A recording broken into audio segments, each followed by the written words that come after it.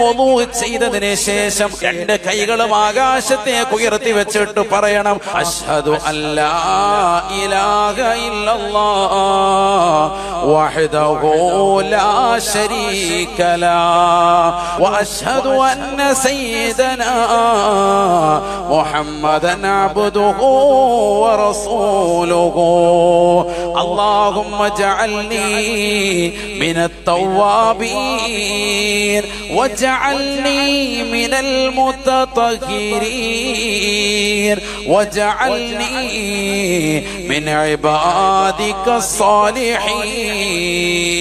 الصالحين. ഈ ദുആ ആരെങ്കിലും ഒരു തവണ ചൊല്ലിയാൽ സ്വർഗത്തിന്റെ 8 കവാടങ്ങൾ അവന്റെ മുന്നിൽ തുറക്കുമത്രേ. ഫല്യദുഖുൽ ഫീ അയ്യിഹാ ശാഅ, ഇഷ്ടമുള്ളതിലൂടെ